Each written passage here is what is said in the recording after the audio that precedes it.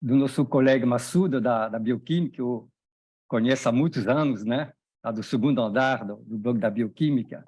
Há muito tempo que a gente não se encontrava, então é um grande prazer. Eu acho que já vou fazer o share do screen, e você me disse, está vendo direitinho?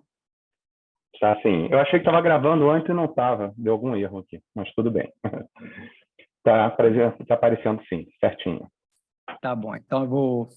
Como o Danilo falou, nesse final de carreira, vamos dizer, eu reorientei minha carreira desde 2020, mais para questões educacionais da Sociedade Brasileira de Farmacologia, numa área onde tem uma certa experiência, que é de descoberta do meio de fármaco, né? Pelo nosso programa pós-graduação. Então, eu vou apresentar o Screener, que é o jogo educacional para o ensino do processo de descoberta e desenvolvimento de fármaco. Esse jogo, na realidade, ele é um jogo, como eu já acabei de dizer, que tenta mimetizar esse processo de descoberta e desenvolvimento de fármaco, o que seria dentro de uma indústria farmacêutica, desde a validação do alvo até o registro do novo medicamento junto à agência reguladora, a Anvisa no Brasil, a FDA nos Estados Unidos.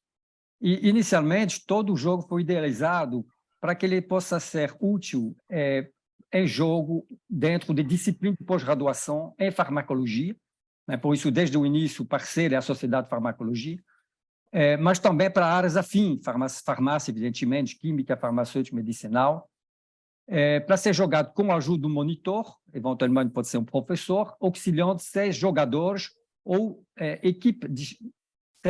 equipes de 2, 3 jogadores. O objetivo é que seja um aprendizado lúdico e, basicamente, fortemente interativo, né, de um processo que sabemos, hoje em dia, que ele é altamente arriscado e cada vez mais caro, e cada vez mais a Universidade Brasileira também se envolve nesse processo no Brasil, assim como lá fora há muito tempo já se faz. E, portanto, a gente achou que a necessidade de instruir nossos alunos de pós-graduação sobre a realidade desse complexo processo parte do qual eles podem, eventualmente, participar dentro da sua pós-graduação. Então, dentro desses objetivos principais, a ideia é que o jogo sirva como uma ferramenta, uma guia e motivador para uma aula, uma disciplina construída sobre esse tema. E, basicamente, nós buscamos alterar, mudar a dinâmica do ensino-aprendizagem mais clássica, do tipo do modelo PUSH, onde o professor, finalmente, de uma forma mais catedrática, fornece o conhecimento através de palestra, né? E os alunos, basicamente, escutam, para um modelo PUL, onde, na realidade, o aluno é o principal elemento, né? É ele que vai participar ativamente, buscando o assunto, discutindo, descobrindo o assunto, com a ajuda, aí sim, do professor. Então, uma mudança, uma quebra de paradigma, né?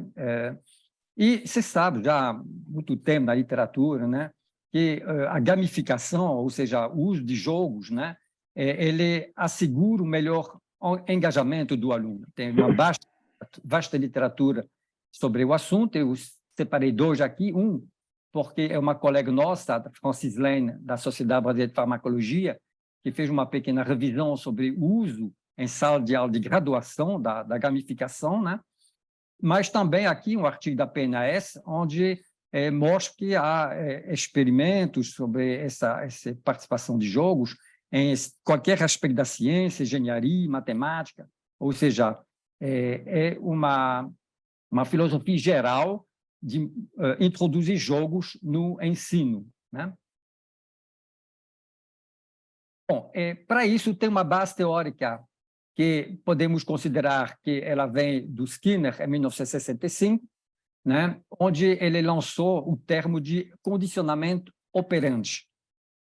Retirado desse artigo, aqui uma tradução, né, ele diz que um processo importante no comportamento humano é atribuído, não com muita precisão, ao que a gente chama de recompensa e punição, né, que, na realidade, isso é um fenômeno fisiológico essencial desde os tempos que os homens das cavernas iam atrás de de alimentos, né?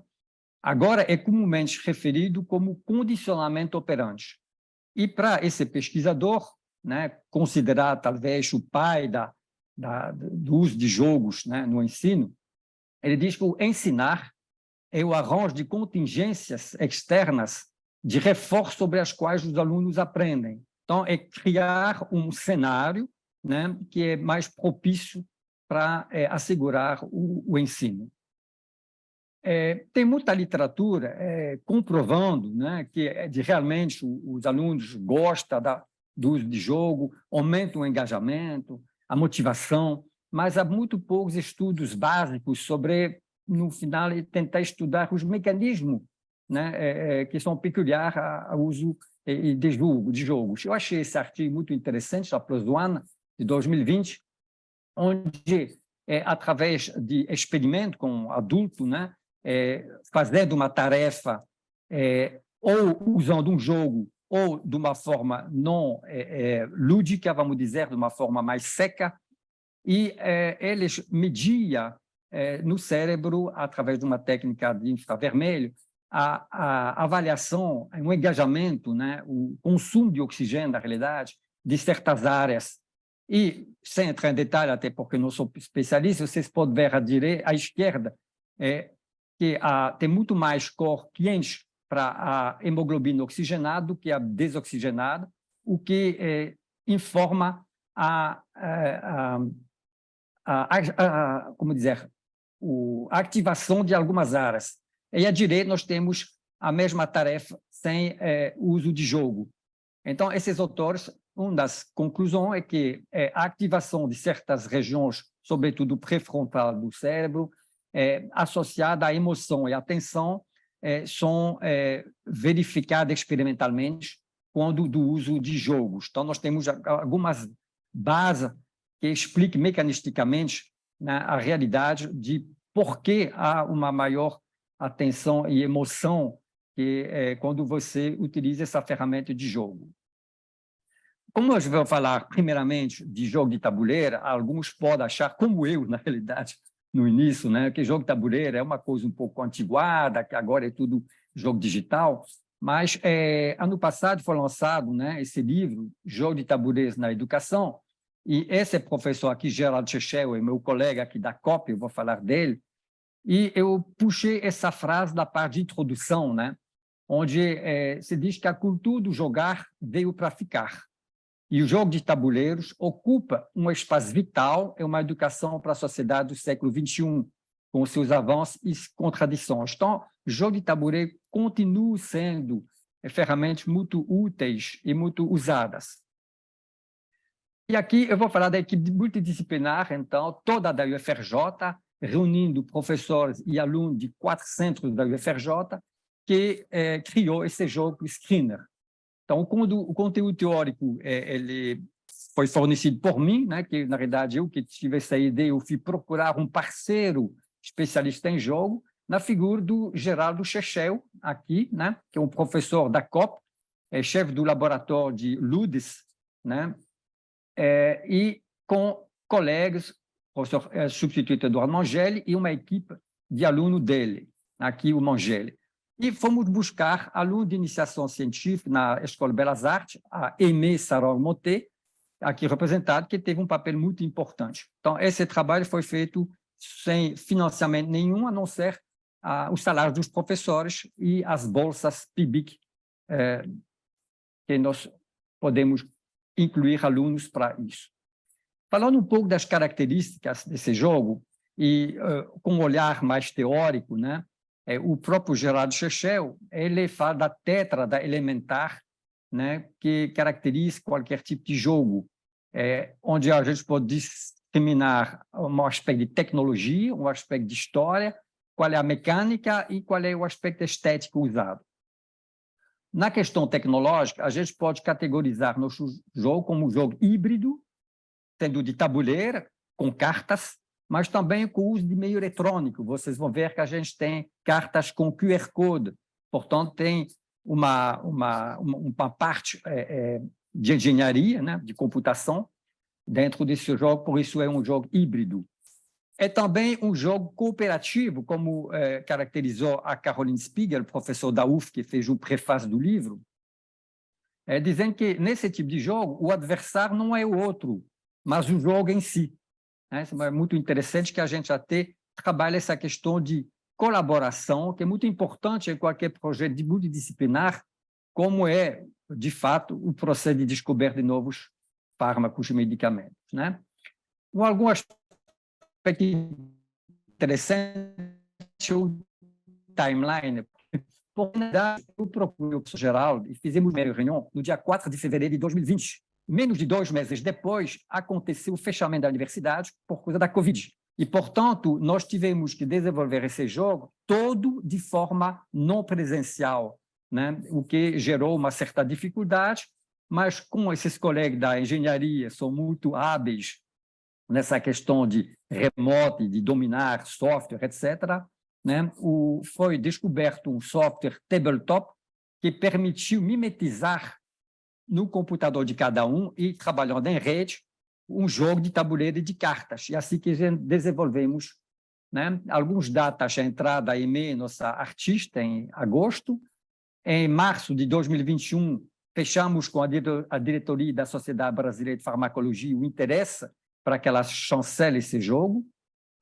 Em outubro de 2021, nós tivemos os primeiros jogos físicos sendo produzidos por uma gráfica. Novembro, o artigo publicado em revista da Brazilian Journal of Medical Research sobre o jogo, e foi lançado em 16 de novembro de 2021, durante o Congresso da Sociedade Brasileira de Farmacologia. Algumas outras datas, mas que talvez não sejam tão importantes para vocês. Essa aqui é uma fotografia, quando o Chechel e eu nós entregamos os 50 exemplares físicos ao presidente da Sociedade de Farmacologia, Marco Aurélio Martins, para que a própria sociedade se incumbe de fazer a distribuição para os cursos de pós-graduação Brasil afora, que assim fizeram o pedido, tendo o compromisso de usá-lo em sala de aula. Então, esse jogo faz parte do subgrupo, o grupo de trabalho das iniciativas educacionais da Sociedade Brasileira de Farmacologia, grupo do qual eu faço parte desde que foi criado, E aí vamos, então, partir um pouco para dar algumas características desse jogo. Então, essa aqui são todos os componentes do jogo. Então, aqui a caixa, o livro, o manual de regras, outras peças que eu vou detalhar aqui em diante. Então, nós temos 50 jogos físicos que foram produzidos através de uma gráfica do Rio de Janeiro. É muito boa, a qualidade é muito boa. Bom, e aqui todos os componentes já colocados na mesa do jogo. Nós temos um tabuleiro, aqui embaixo, onde são dispostas todas as cartas de tarefas, são 29 cartas de tarefas. Tem aqui o mapa do processo, tudo isso eu vou detalhar depois, evidentemente. Aqui é o início do jogo, com os peões, os 6 peões, as cartas de início. Nós temos cartas de bônus reveses, aqui colocados na sua ordem de 1 a 7, correspondente às 7 etapas desse jogo.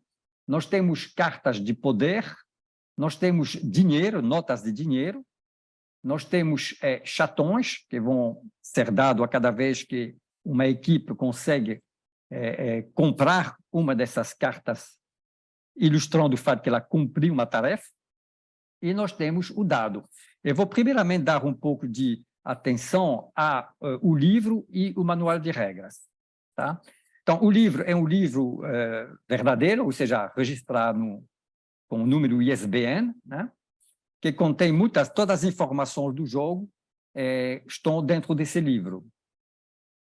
Então, aqui tem o sumário, temos alguns prefácios que consideramos importantes, um da nossa querida Denise, reitor da UFRJ, depois vamos voltar a falar dela.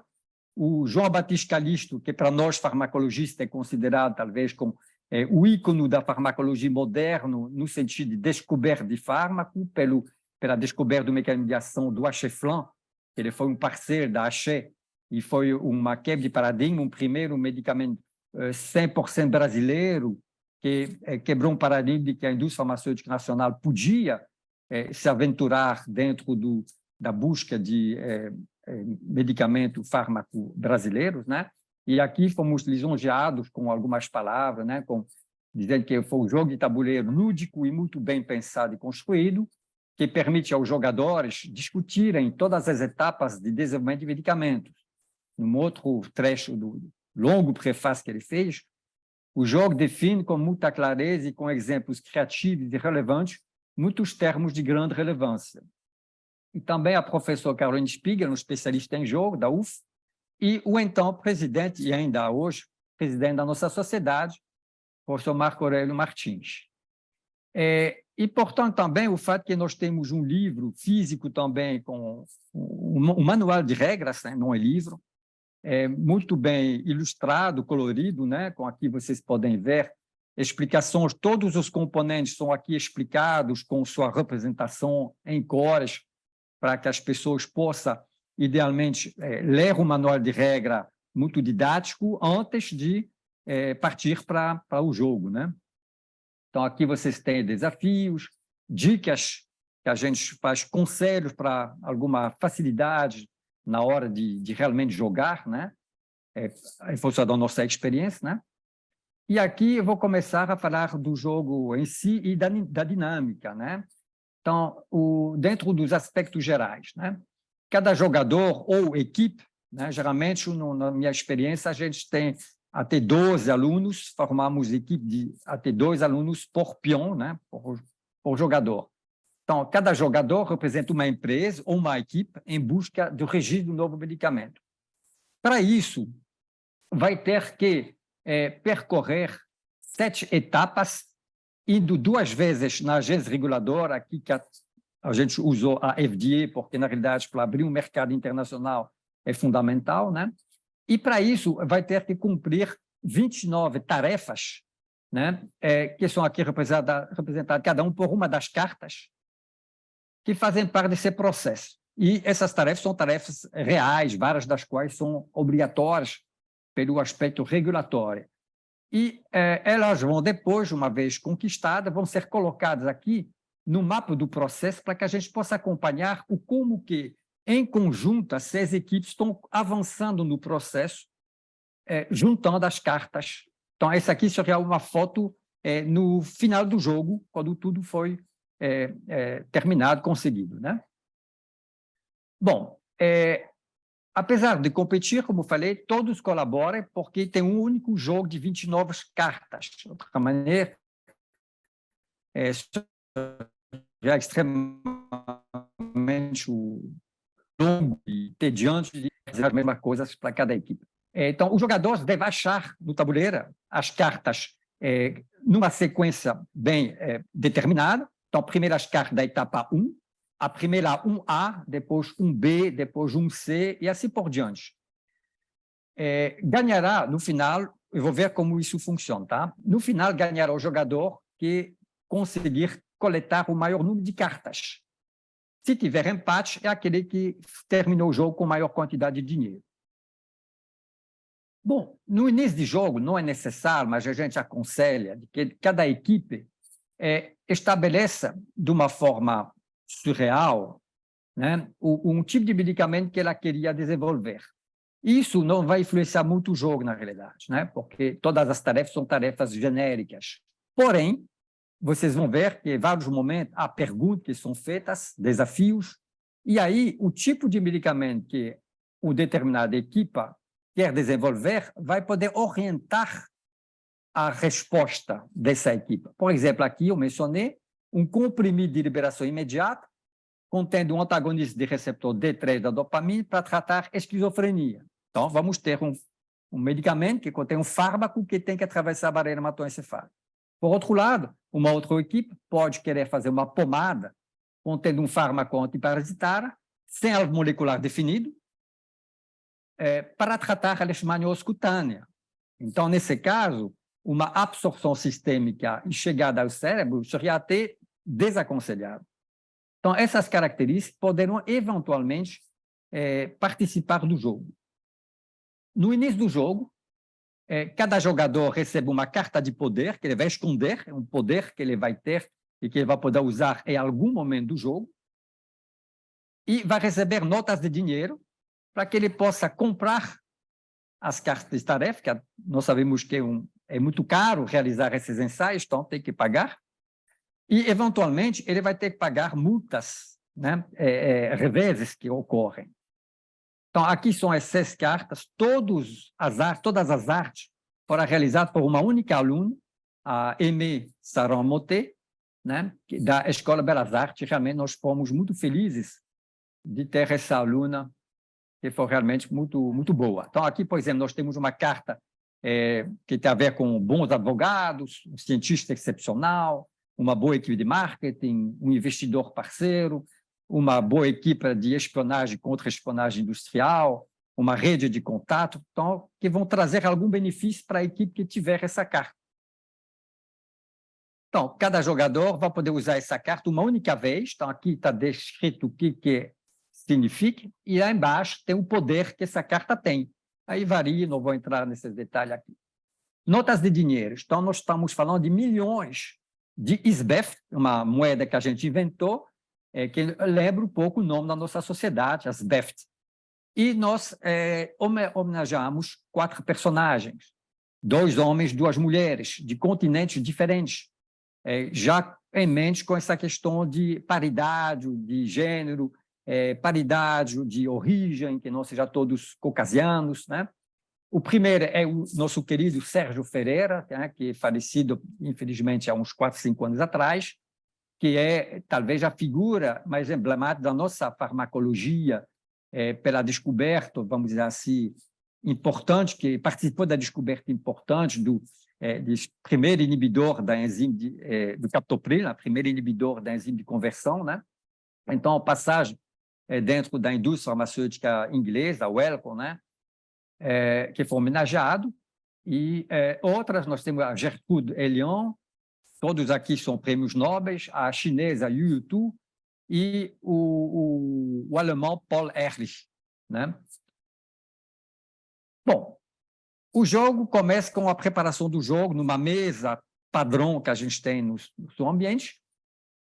Todas as cartas são colocadas aqui, com as cartas de tarefa são colocadas com o lado escondido, né? Então, o lado do verso que a gente vê, e está bem indicado o número.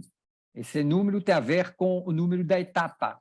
Então, o jogador começa no centro do jogo e vão ter que ir até cartas com indicação do número 1, que significa que são cartas relativas à etapa 1. Cada jogador vai receber um dinheiro, né? E nós vamos iniciar jogando o dado.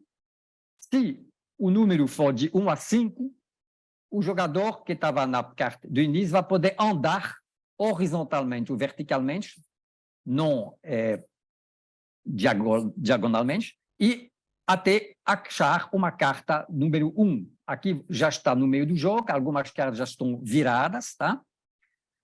Se ele parar num espaço vazio ou não alcançou uma carta de interesse, por exemplo, ele só jogou 2 vezes o número 2, ele só conseguiu chegar numa carta que não é da carta 1, então termina a vez dele, ele passa, né, para o próximo jogador, que vai lançar o dado e começar sua jornada. Bom, vamos falar um pouco dessas 29 cartas que estão colocadas na mesa. Então, o que se vê são cartas assim, então é o verso da carta, o jogador diz que é uma carta fechada, tem um número muito bem claramente indicado. Essa etapa 3 tem a ver com a otimização de protótipos, e veja bem, eu vou voltar a falar, mas ela tem aqui um QR Code. Se eu chegar nessa carta, eu vou virar a carta. Se eu tiver sorte que seja a carta 3A e não 3B ou 3C, eu vou poder comprar essa carta. As cartas se distinguem pela cor, porque corresponde a 4 grandes áreas. Se eu tenho o verde, tem a ver com eficácia. Se eu tenho o vermelho, tem a ver com segurança. Se é o azul, com farmacocinética, amarelo, com desenvolvimento farmacêutico. Veja que essas cores, por exemplo, eu falei verde, vocês vão ver que não é um verde, é vermelho, não, é um rosa. É porque nós utilizamos uma paleta de cores para que as pessoas com o tipo mais comum de daltonismo conseguem distinguir as 4 cores. E, além disso, reforçamos pelo fato que não depende somente da cor, mas que tem um símbolo que identifique as diferentes etapas. Então, o jogador vai ler o que é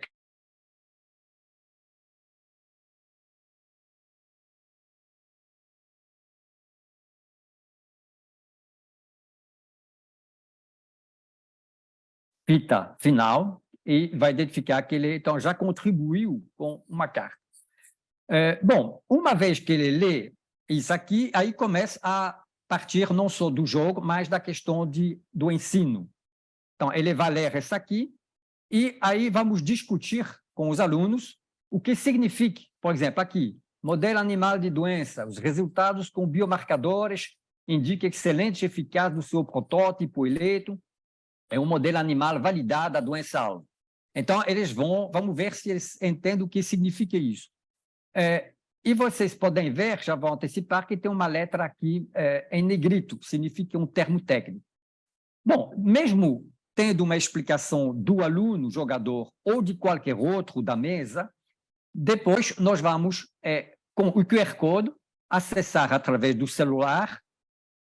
Através do celular, você vai, então, no seu celular, ver aqui repetição do que estava na carta, mas aqui embaixo uma maior explanação, um certo detalhamento do que significa essa tarefa, certo? 3A. E, além do mais, em alguns casos, como esse caso aqui, essa carta aqui, você vai perguntar, será que alguém pode me explicar o que é o biomarcador? Normalmente tem alguma explicação, mas depois podemos conferir simplesmente apertando o dedo na palavra, na tela do celular, vai nos levar ao site do jogo, onde todos esses elementos estão hospedados, e lá nós vamos ter um pequeno glossário e, eventualmente, até com o link para materiais auxiliares. Então, vocês podem ver que é um jogo híbrido, tabuleiro cartas, mas com o acesso a uma tecnologia digital, já que a gente faz acesso a QR Code, a site, que necessitou para isso alunos de computação para nos ajudar nessa parte. Todos os sistemas técnicos também fazem parte do livro, né? Então, nós temos uma parte do livro que é o glossário. Então, também é interessante, porque, como vocês vão ver depois, todos esses materiais podem ser baixados gratuitamente a partir da nossa homepage. E a pessoa pode imprimir, inclusive, o próprio jogo. Bom, desafio. Eu falei para vocês que cada equipe tem desafio. Quando tem uma palavra técnica em negrito, antes do jogador que chegou naquela carta dizer o que é o biomarcador, ele pode ser desafiado por outro jogador. Nesse caso, aí ele vai ter que explicar. Se o conjunto de alunos e o monitor considerar que ele deu uma boa explicação, ele vai ganhar 3 milhões, diz Beth. Se não, quem vai ganhar foi o desafiador. Bom, e eu falei se a gente tirava de 1 a 5. E o que acontece se o dado para no número 6? Aí tem uma coisa muito interessante, que, nesse caso, em vez de avançar, o jogador é obrigado a tirar uma carta de bônus ou revés, então, essa carta aqui. Então, se está na etapa 1, ele vai tirar uma carta do bolo de carta da etapa 1, mas vocês veem que aqui o verso da carta me indica que eu posso ter azar de tirar uma carta de revés ou posso ter sorte de ter uma carta de bônus. Por exemplo, o revés, virando a carta, eu vou ver essa aqui, não é nada agradável, inspira, né, alguma coisa nauseabonde, vamos dizer assim, e ilustra o caso que é um revés. Então, alguma coisa de ruim vai acontecer com o jogador. Vai ter que pagar, vai ter que perder um turno, enfim. Por outro lado, aqui nós já temos um balão, mas soltando bolhas de champanhe, né? uma coisa boa está acontecendo, e ele vai ganhar alguma coisa. E, de novo, nós temos sempre QR Code, eventualmente nós podemos ter mais informações, nem sempre, nesse caso. Então, no total, nós temos 58 cartas de bônus ou revés. Veja bem que tem quase que 2 vezes mais revés do que bônus. Isso ilustra a realidade. Nós temos muito mais reveses na vida real do que facilidade. Então, é um processo extremamente complicado, desafiador, longo, custoso e que nem sempre leva ao sucesso. Então, é isso que a gente tem que trazer um pouco dentro do jogo. Bom, também no livro nós temos algumas dicas que vêm da nossa experiência, né, para ajudar a consolidar o conhecimento, né? Por exemplo, a gente introduziu isso depois do jogo teste, depois de ter juntado todas as cartas de uma determinada etapa, aquele aluno que terminou, pegou a última carta, ele tem que fazer um pequeno resumo do quais são os tipos de tarefas que foram efetuadas. Isso ele pode fazer simplesmente olhando, né, as cartas na mesa, onde ele vai ver que havia, por exemplo, 3 cartas, e ele poder ler simplesmente o título, né? Isso ajuda a consolidar o conhecimento depois de cada etapa. E frisar o nome dessa primeira etapa de novo. A gente volta a frisar esse nome que está aqui, né? Aí você vê, nesse momento do jogo, por exemplo, nós já conseguimos muitas cartas, etapa 1, etapa 2, etapa 3, etapa 4, e no final da etapa 4, agora tem que voltar ao centro do jogo para ir na FDA, onde vai ser solicitado a autorização para iniciar os estudos clínicos.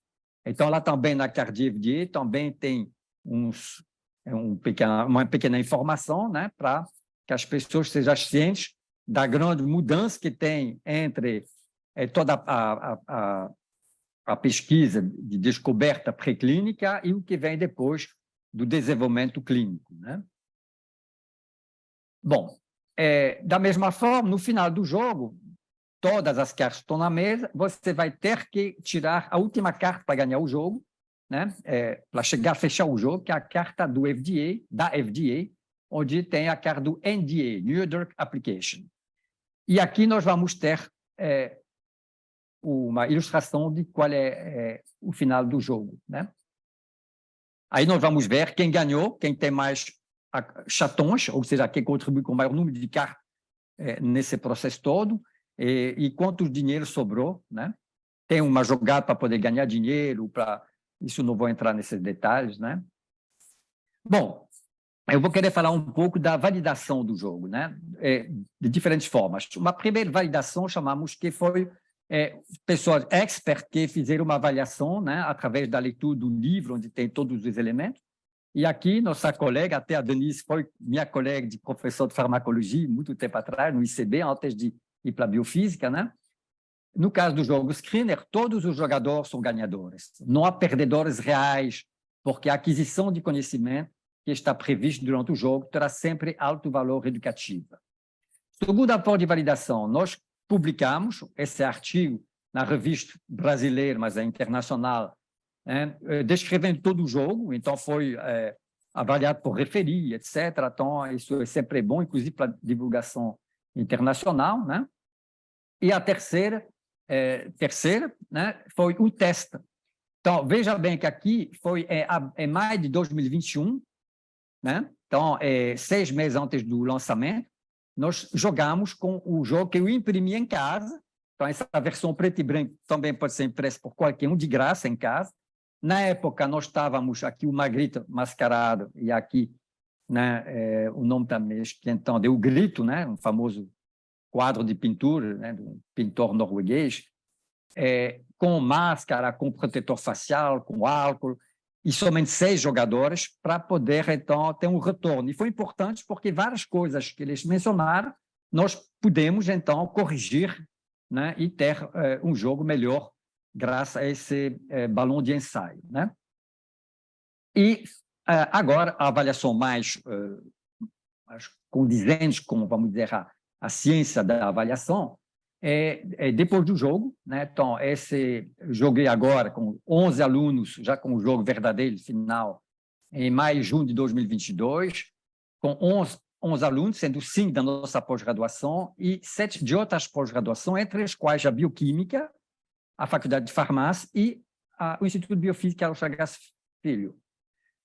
Então, eles jogaram e depois, então, nós temos uma ferramenta, um questionário que é validado pela literatura, especificamente para avaliação de jogos educacionais. Está publicado, né, por esses autores, é o chamado Omega Plus, é uma avaliação online, anônima, tem um termo de consentimento livre esclarecido no início, não é obrigatório, é claro que a gente estimula as pessoas a fazê-lo.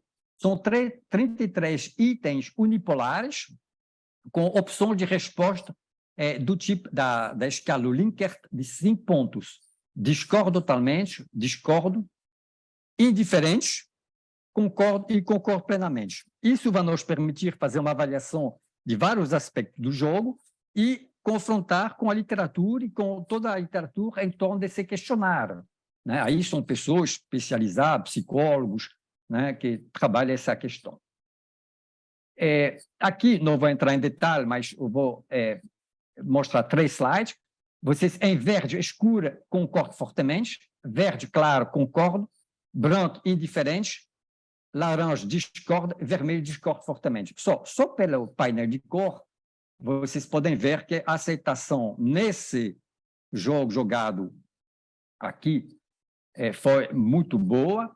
Essas aqui avaliam o desafio, essas aqui avaliam a confiança que o jogador sentiu ao começar o jogo, essas questões todas sobre a usabilidade, essas questões sobre a atenção, o quanto eles tiveram a atenção focada, essa aqui 2 questões sobre a diversão, 3 sobre o quanto puderam interagir socialmente, aqui a satisfação geral, né? Aqui a relevância que eles consideraram que o jogo teve para eles, para a carreira deles, né? E aqui a percepção do quanto que eles aprenderam durante o jogo.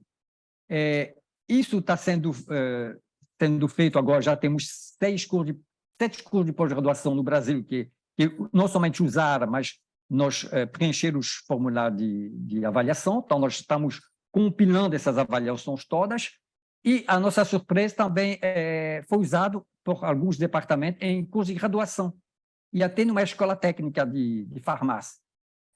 Se você for na homepage da Sociedade Brasileira de Farmacologia, você pode clicar aqui nas iniciativas educacionais, e aqui você tem ensino em farmacologia e novas ferramentas didáticas. Bom, e aí vocês vão ter acesso a um link para a homepage dedicado ao nosso jogo, com várias informações, inclusive a última foi uma avaliação extremamente positiva de uma indústria farmacêutica, a Roche, pelo departamento de pesquisa clínica, que pediu um jogo, experimentou o jogo e gostou muito. Então, lá temos uma autorização de usar esse depoimento, né? Então, é bom que saiu um pouco dos muros da universidade. E lá tem muitas informações que vocês podem acompanhar, inclusive baixar todos os materiais que eu mencionei, na sua impressor colorido ou preto e branco, e você pode, então, ter um jogo na sua mão. Bom, eu falei com o professor Danilo que eu ia tomar a liberdade de usar 5 minutos terminais para uma novidade, na realidade, né? Quanto ao segundo jogo que a gente está desenvolvendo, tá? Na realidade, ele foi pré-lançado em outubro do ano passado. No mesmo mês, houve a SB Games 2022, o maior evento de jogos e entretenimento do Brasil, em Natal. Nossos colegas do Lutz, da COP, foram para lá, apresentaram vários trabalhos. Um deles foi um trabalho oral e depois um pequeno artigo publicado nos Anéis. E uma semana depois eu apresentei no Congresso Nacional da Sociedade Brasileira de Farmacologia, dentro do curso que eu coordenei sobre jogos digitais. A segunda aula era esse jogo aqui, o Discoverex. Então, muito rapidamente, o DiscoverX, a gente quer alcançar uma população totalmente diferente. Em vez de ser aluno de mestrado, doutorado, de farmacologia, farmácia, química farmacêutica, nós queremos alcançar um público de adolescentes jovens, portanto, nada especializado, e certamente também vai atender adultos leigos em termos desse processo, né? Então, esse jogo foi disponibilizado naquela data nas plataformas Google Play de forma gratuita, né? Só que era uma versão beta e demoramos mais do que previsto em corrigir muitos bugs que a gente já tinha verificado, decidimos trocar algumas coisas importantes do minijogo, tivemos uma perda de alunos e a volta de alunos, uma nova safra de alunos, que demorou por causa das bolsas PIBIC, você se lembra o que ocorreu no final do governo anterior, e a demora na UFRJ até o novo edital. Então, demoramos alguns meses para realmente retomar, né? E agora, hoje, eu posso dizer que está disponível a versão 1.0, que consideramos final, mas evidentemente vai sofrer, né, como o próprio Windows, Word, enfim, sofrer pequenos ajustes quando a gente tiver um retorno, né, do uso amplo desse jogo, né? Então, hoje você já pode baixar, vai na Google Play, no momento não está disponível para iPhone, mas vai estar, vai demorar um pouquinho mais. Você escreve DiscoverX, normalmente, com esse logotipo, e você vai baixar o jogo e vai poder começar a jogar. Essa é a tela de abertura, certo? Versão 1.0. São 7 minijogos para você desenvolver um novo medicamento. Então, a ideia é de ter 7 minijogos sequenciais, correspondendo cada um a uma etapa do jogo screener. Só que, claro, que aqui é jogo 80%, ensino 20%. Então, você vai poder ou jogar de uma forma lógica, primeiro jogo, segundo, vai ter uma introdução, tem uns tutoriais, etc. Ou depois você pode voltar a jogar seu minijogo preferido. Veja bem que aqui nós temos os créditos que vão desfilar, e aqui você pode jogar em português, que é o default, ou em inglês, espanhol e francês. Por isso, nós vamos fazer uma divulgação internacional desse jogo para tentar alcançar um público realmente internacional. Depois, se tiver amador, poderíamos adicionar o mandarim, o árabe, né? Seria muito legal.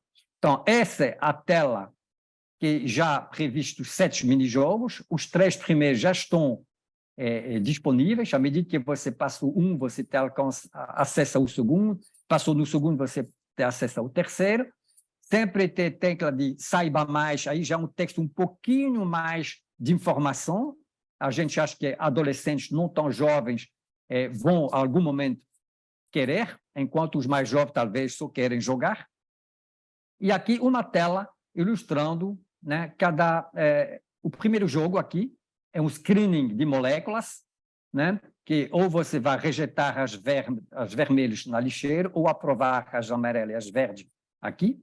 Enfim, aí terá que ter uma outra aula para explicar. Segunda etapa são animais que a gente criou, os mopons, para tirar essa questão de defesa dos animais, botar um cachorro, botar um rato, para tirar essa questão, a gente prefere criar um bicho mompom simpático, ele está doente aqui, e ao administrar solução por gavage, ele vai se curar e ser todo feliz. E vamos, depois, ter que saber chegar a melhor dos 4 fármacos, o conteúdo verde, azul, rosa ou amarela.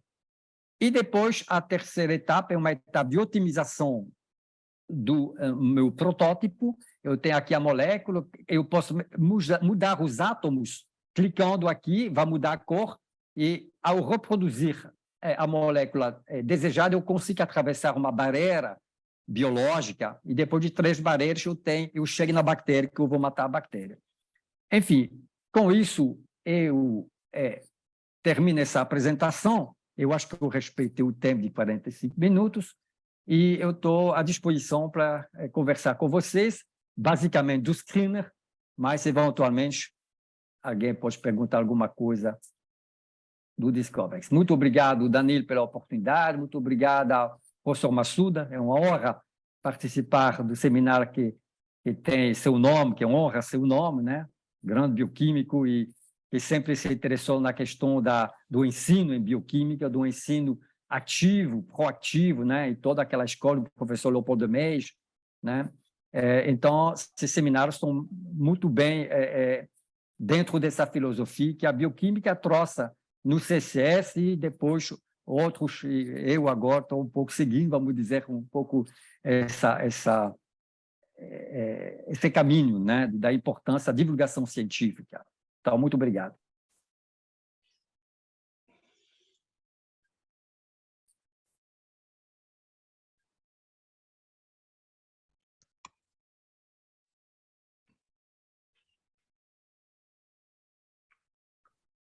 Muito obrigado, François.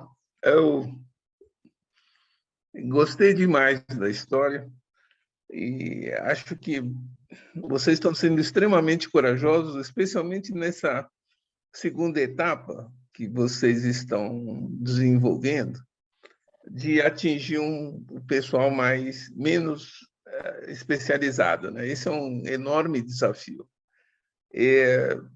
Vocês, antes de vocês inventarem esse sistema, vocês já tinham trabalhado com esse grupo de pessoas menos especializadas para...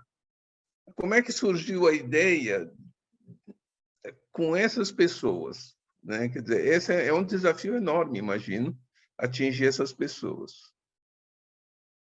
Então, eu pessoalmente não tinha experiência. Eu tinha experiência para o primeiro jogo, eu tinha usado durante 5 anos um jogo de tabuleiro, enfim, uma longa história que me foi dado por uma professora encontrada no Congresso Internacional em inglês e que funcionava bem, mas eu achava que podíamos fazer melhor. Então, para o jogo de tabuleiro, primeiro, eu conheço um pouco a população de alunos de pós-graduação em farmacologia, eu já tinha 5 anos de experiência com o jogo, então, para mim, eu me senti muito à vontade. O desafio é totalmente outro. Nesse caso, o grupo do professor Chechel, da Iridologia, eles têm uma maior experiência de trabalhar com públicos diversos. Ele cria jogo para o tribunal aqui de justiça, ele participa de vários grupos com jogos sobre a questão de sexualidade, sobre a questão da sociedade. Então, ele está muito mais atento a essas questões de tipo de público, não só, e de cuidados especiais. Então, veio deles e também das nossas alunos de Belas Artes, esse cuidado para as pessoas com daltonismo, esse equilíbrio de gênero. Para te dizer a verdade, os 4 personagens inicialmente eram 4 homens caucasianos. Não sei o Sérgio Ferreira, porque eram minhas referências. Eu gosto do que fizeram da farmacologia. Aí eles me diziam, não, François, não pode. Será que não tem mulheres? Aí foi claro que tem. Eu fui atrás de prêmio Nobel, né? Será que não tem continentes outros do que a Europa e a América do Sul? Então, fomos lá na China. Então, esse, vamos dizer, cuidar dessa sensibilidade, eu, pessoalmente, realmente não tinha. Eles tinham, eles têm. Então, a criação do animal. Vamos usar um ratinho. Não, o ratinho vai ter pessoas que vão se lembrar do uso de rato, de cachorro. Então, vamos criar um bicho surreal. Então, eles trouxeram esse know-how, vamos dizer assim, né? E aí nós tivemos um cuidado de ter testes durante vários meses com adolescentes. Primeiro os filhos, amigos, e depois nós fizemos também, no final do ano passado, 7 turmas de escola de São Paulo, né, da faixa etária de jovens adolescentes. Então, tivemos contato com o professor de lá, eles jogaram e nós deram algum retorno. E por isso que também nós tivemos alguns meses para afinar algumas coisas, né? Mas é um desafio, concordo contigo, para mim é muito mais difícil do que ficar no nosso ambiente acadêmico de alunos que a gente conhece. Mas é muito legal. A gente, na realidade, quis justamente partir para um desafio dessa vez, divulgação científica e não mais um jogo educacional, né? E aí, só para te adiantar, que nós vamos terminar com a trilogia. Acabamos de começar os primeiros passos do 3º jogo. Esse jogo aqui, ele começou há 2 anos atrás, né? Então, realmente não é fácil. Essa parte de computação é muito pesado, muita gente envolvida, né? E esse terceiro vai ser para o ensino médio, os 3 últimos anos do ensino médio. Enfim, aí vai ser um jogo totalmente diferente. Outro desafio. É interessante você, quando você levantou a questão de gênero, eu pessoalmente aqui eu fiquei rindo um pouco pela seguinte situação, que nós escrevemos um livrinho, ele está no draft ainda, mas é sobre uma questão de evolução, né? E tentar passar o conceito de evolução para as pessoas menos especializadas. Mas, de alguma maneira, você tem que simplificar algumas coisas, e há um perigo enorme ao simplificar demais para que as pessoas entendam, mas também não é muitas vezes correto. Então, é preciso que muita gente opine sobre isso. E uma das questões que estamos terminando, e pedimos para vários colegas lerem para dar opiniões. E, num determinado momento, apareceu essa questão de gênero, caíram de pau, porque entre 3 professores só tinha uma mulher, então tinha que ter mais. Aí eu falei, nossa senhora, então vamos ter que corrigir isso, né? E talvez seja correto fazer isso. Nesse instante que tem uma discussão enorme a respeito. Então, já que são jogos, são divulgação, em que nós devemos tomar esse cuidado, e eu, pessoalmente, também não estava, mas me apontaram logo. Então, a coisa brada na situação. Então, nesse instante, eu até ri de mim mesmo, porque eu é que tinha sugerido essa questão desse jeito, mas já corrigi. E, além disso, colegas especializados, por exemplo, que eu não sou da área nem de evolução e nem de ensino, porque eu não estou lá na ponta ensinando as pessoas no colégio para pessoal de menor idade. Então, eu sou da academia, então, e há uma certa dificuldade. Então, eu pedi para colegas, o próprio Solé já me deu uma resposta, está me ajudando bastante para corrigir essas eventuais situações, mas é isso, é um desafio enorme. Eu sei porque eu estou no meio desse redemoinho tentando corrigir as coisas que eu não tinha percebido, porque os outros perceberam. Por isso eu te perguntei, porque eu acho uma dificuldade enorme mesmo. E vocês estão de parabéns por isso, viu? Excelente. Agora, uma última coisa só que me chamou a atenção no primeiro jogo. No levantamento, eu não sei se eu entendi direito, em uma daquelas questões da avaliação do tipo Likert, quando foi feito uma questão da confiança, se adquiriu ou não confiança, ficou um pouco mais dividido. Eu não sei se eu tive essa sensação ou me passou direto. Ele era muito positivo em alguns, mas quando chegou lá, falou, me deu confiança, ou menos ou mais, me pareceu que ficou um pouco dividido. É isso mesmo? Na realidade, tem que fazer não é tudo igual, tá? Então, por exemplo, agora eu já estou recolhendo informação de vários cursos. A maioria tem um padrão semelhante. Tem um curso realmente que é muito diferente. Aí eu vou um pouco atrás, eles não usaram do jeito que a gente preconiza, né? Então, isso tem que saber o que é de história. Agora, por exemplo, onde não está sendo bem avaliado, por exemplo, bem avaliado, na verdade, tem muito pouco vermelho, tem pouquíssimo laranja, uma predominância muito grande de verde escuro. Por exemplo, essa questão de o quanto que a atenção estava focada no jogo, que não prestou atenção ao que estava em volta. Alguns acham que sim, ou outros são indiferentes. Então, o quanto que ele foi absorvido quando estava jogando para esquecer o ambiente ao redor. Outra coisa, por exemplo, que também alguns não concordam muito, é o quanto você achou que ia ser fácil jogar no início. Alguns acham que ia ser difícil, né? Então, qual é a sua expectativa? Quando você leu as regras, explicou, você acha que vai ser fácil? Lá, muitos dizem, não, indiferente, ou não é todo mundo dizendo, eu achei que ia ser fácil. Mas até o momento as respostas são muito boas. No congresso agora de outubro, eu me comprometi a fazer uma avaliação, esperando vários pós-graduações estão usando agora. Então, vou ter, no mínimo, 10 cursos de pós-graduação, então, um universo maior de respostas para poder fazer alguma coisa com maior seriedade e representatividade. E aí, fazer uma apresentação e poder discutir aí de uma forma mais separada. Você vê que as questões são agrupadas, né? Isso lá pelos criadores do questionário. Então, qual é o tipo de avaliação você está fazendo? É isso que é bom, não é só gostei, não gostei.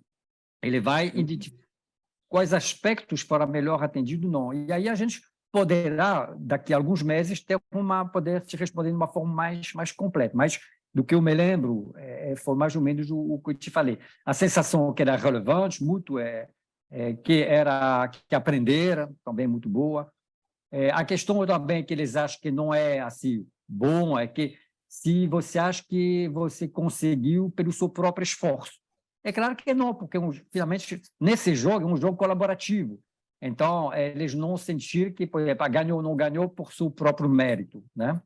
Então, isso você dificilmente vai alcançar todos os critérios óptimos de um bom jogo. Por exemplo, uma coisa que o Chechel me falou, infelizmente, nesse jogo, a gente não pode colocar demais coisas que um jogador vai prejudicar o outro. Normalmente, o jogo você tem isso, né? Você vai competir e prejudicar o outro, porque isso poderia passar uma imagem ruim intermédico, né? Apesar de que existe na vida real uma indústria farmacêutica, ela pode jogar no limite da ética, né? Mas a gente não quis fazer isso por uma questão de educação ética, né? Então, não exagerar na possibilidade de prejudicar um concorrente. Isso, normalmente, é um aspecto bom de um jogo, de você criar. Aí a gente tem um desafio, mas ele é morno, vamos dizer assim. Você não está realmente prejudicando tanto os outros, né? Uhum. Muito bem, muito obrigado. Aí eu o Chechel, feliz, viu? Obrigado, Massudo. O Chechel, ele tem o laboratório dele, ele faz pós-graduação em ludologia. Então, toda a pesquisa dele é em criação de jogo. Então, ele tem um background teórico, você vê que ele é coautor desse livro, ele publica só sobre jogos. Então, ele tem uma bagagem, e essa foi a grande sacada, eu acho que minha, se posso dizer, é de logo saber que tem que ser humilde e procurar um profissional, né, de jogo. Claro. E isso foi fundamental. E depois, aspecto artístico, né? Então, vamos buscar alunos na Escola de Belas Artes. E aí, realmente, eles trazem também uma bagagem diferente, um olhar diferente. Essa questão da preocupação com o gênero, ela veio também muito da nossa aluna lá das Belas Artes. Que bom. Excelente, parabéns. Obrigado, Agora eu queria ouvir os outros. Excelente contribuição, professor Massuda. Muito bom ouvir você. Vocês estão me ouvindo? Tá, eu tive um problema aqui com o notebook, estou com problema com áudio aqui no notebook e estou com problema com a calorada da biologia aqui embaixo, tá? Mas vamos lá. Então, parabéns, professor François. Estava doido para ouvir essa sua palestra.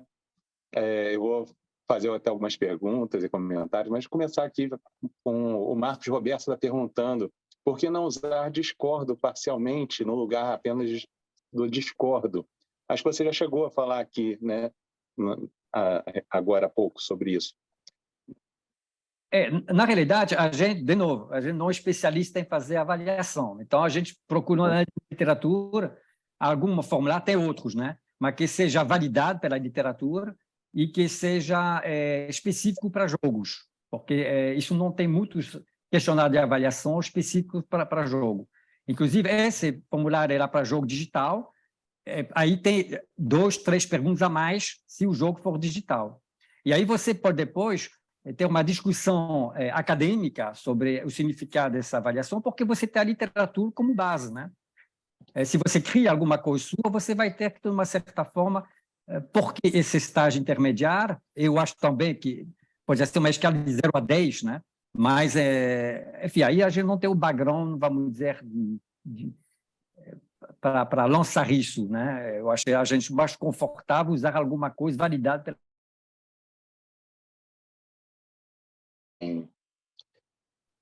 Temos uma outra pergunta aqui, que é da Ana Paula. Ela está perguntando se chegaram a pensar na possibilidade de fazer uma versão em braille para cegos ou fazer versão manual em Libras.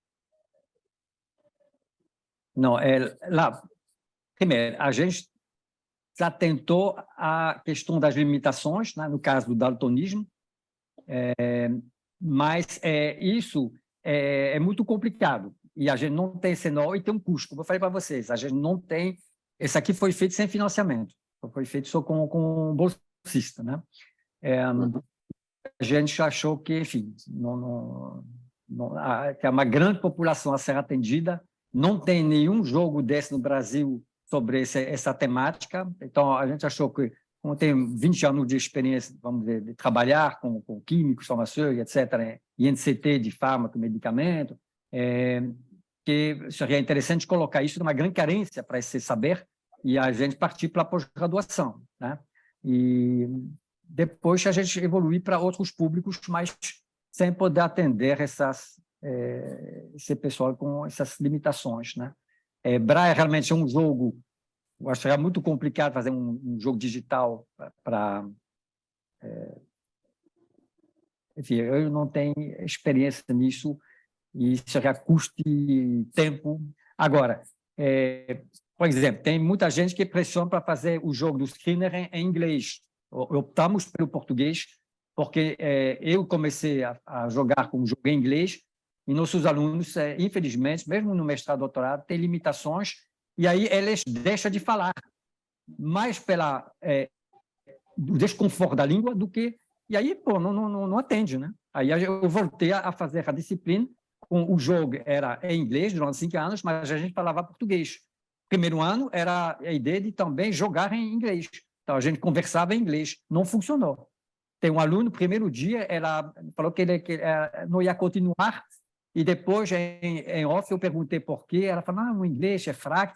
E dentro da turma tinha uma pessoa que tinha um inglês excelente. Então, a pessoa se sentiu totalmente isolada, e aí as pessoas não contribuem. Então, já é complicado, né? Até como o professor Massoud falou, ainda mais quando sai do público-alvo. Então, são mais outros desafios que poderiam ser, talvez, futuramente, com a ajuda de pessoas, serem estudados. Sim. Tem mais alguma pergunta? A questão do idioma é interessante, né? Mas porque também colocou o FDA. Não foi questionado já também, por que não colocar a Anvisa? Já foi questionado por um dos jogadores. Então, isso não foi um lapso, foi pensado e feito uma opção. Claro que, como é em português, e aqui a Anvisa, é claro que durante o jogo, o monitor, o professor, vai falar da Anvisa, né? Mas o que a gente optou? Que, na realidade, toda a legislação brasileira está calcada na americana. Fazer um depósito de patente no Brasil, vamos ser honestos, serve para pouca coisa se você não tiver penetração fora do país. Para isso, você tem que ir, normalmente, nos Estados Unidos, começar para a Comunidade Europeia, depois Japão, Coreia do Sul, etc. Então, a FDA, ela é, vamos dizer, a norteadora de todas as agências reguladoras do mundo inteiro, e as indústrias farmacêuticas, mesmo brasileiras, têm que olhar na FDA. Então, não adianta fazer, por exemplo, todo um plano de desenvolvimento de um medicamento sem olhar a FDA. Aí você vai olhar a legislação brasileira, de repente, para uma coisa ou outra não tem uma exigência, e aí depois você vê que não vou poder fazer o pedido nos Estados Unidos porque eu não fiz uma coisa que eles estão pedindo. Então, isso foi de propósito que a gente colocou a FDA no jogo. E até bom que haja esses questionamentos, porque aí a gente pode explicar. E teve isso de um aluno, né? Então, mas não foi um lapso, foi uma decisão estratégica. Sim. A Ana Paula aqui está parabenizando a todos pela iniciativa. Muito bom pensamento também expandir jogos para ensino médio. Tá? Só que ela colocou no direct. Estou falando aqui, pessoal, mudar para everyone, tá? Na hora de mandar a mensagem, por favor. E a gente está com uma turma nova, tá, professor François? Uma turma nova que entrou agora. E o pessoal acho que ainda está um pouco acanhado aí de fazer pergunta, né? Eles vão se soltando aí para os próximos seminários. É o primeiro seminário deles hoje e é uma satisfação ter a nossa turma aqui conosco. Você escolheu 4 personagens ali para homenagear no início. Eu gostei muito, né? Tuiuiu, né? Da artemisinina, que é um antimalárico sensacional, né? O Sérgio Ferreira, né? Com o captopril. Eu achei muito bom. E quais eram os outros 2 mesmo? Era o Ehrlich, Paul Ehrlich, que para mim é muito importante porque ele lançou o primeiro quimioterápico, o Salvarsatam, contra a sífilis. Então, para quimioterapia era o pai da quimioterapia. E também ele tem uma frase em latim que diz que a substância não atua a não ser que ela se ligue. E como eu trabalho com binding, a técnica de binding, né, isso sempre para mim foi a pessoa que levantou essa questão. Antes de saber que existem receptores, ele falou, a substância só atua se ligar alguma coisa antes. Então, para mim, isso era um pessoal fundamental. E aí, a Gertrude Elion, ela foi um dos 3 que foi laureada do Prêmio Nobel, né? E foi, na realidade, agora está me dando um branco, tenho medo de falar besteira. E tinha outro que eu gostava muito, o Sir James Blake, para mim é um farmacologista chamado mago do Drug Discovery, né? Que ele descobriu o propranolol, a cimetidina.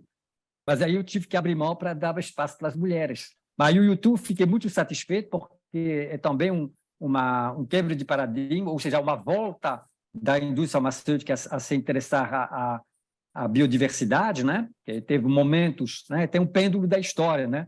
Começou com as plantas medicinais, depois foi para a sintética, química sintética de larga escala, e aí esse Prêmio Nobel de 2015, ela ganhou simultaneamente com o Campbell para a avermectina. Então, foi um ano onde o Prêmio Nobel foi para duas pesquisas importantes em produtos naturais, né? Então, foi muito feliz, finalmente, que levei um puxão de orelha e me permiti colocar o YouTube, né? O Tuiuiu, depois como que a gente fala, e a Gertrude também. Tem uma entrevista muito interessante sobre a descoberta do captopril, né? E perguntando para ele se era biopirataria. É interessante a visão dele, de que ele tem importância e da importância do captopril para o mundo, que por mais que existam várias questões éticas envolvidas aí, e morais, mas a visão dele é muito interessante. Não sei se você já viu esse vídeo. Vídeo não, ele fala já li sobre ele, texto. Uma entrevista dele. Então, ele não entende que foi biopirataria, né? E também não tinha legislação na época.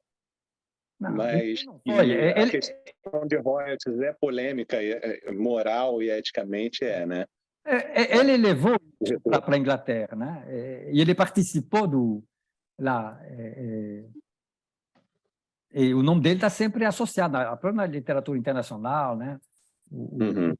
O John Venn também ele falava que, na realidade, ele teve participação importante. Agora, no veneno da serpente de Botrop jararaca, não tem captopril, né? Foi uma estrutura natural que serviu de creme, né? de estrutura de base para aquilo. Aí, dono é quem tem a patente. E aí não foi nem uma biopirataria de alguma coisa pronta e que, de repente, não tinha patentado alguma coisa e aí os outros foram lá e pegaram. Não foi desenvolvido lá na Inglaterra, para que ele levou o conhecimento e ele participou, né? Entendi. E mais alguma pergunta, gente?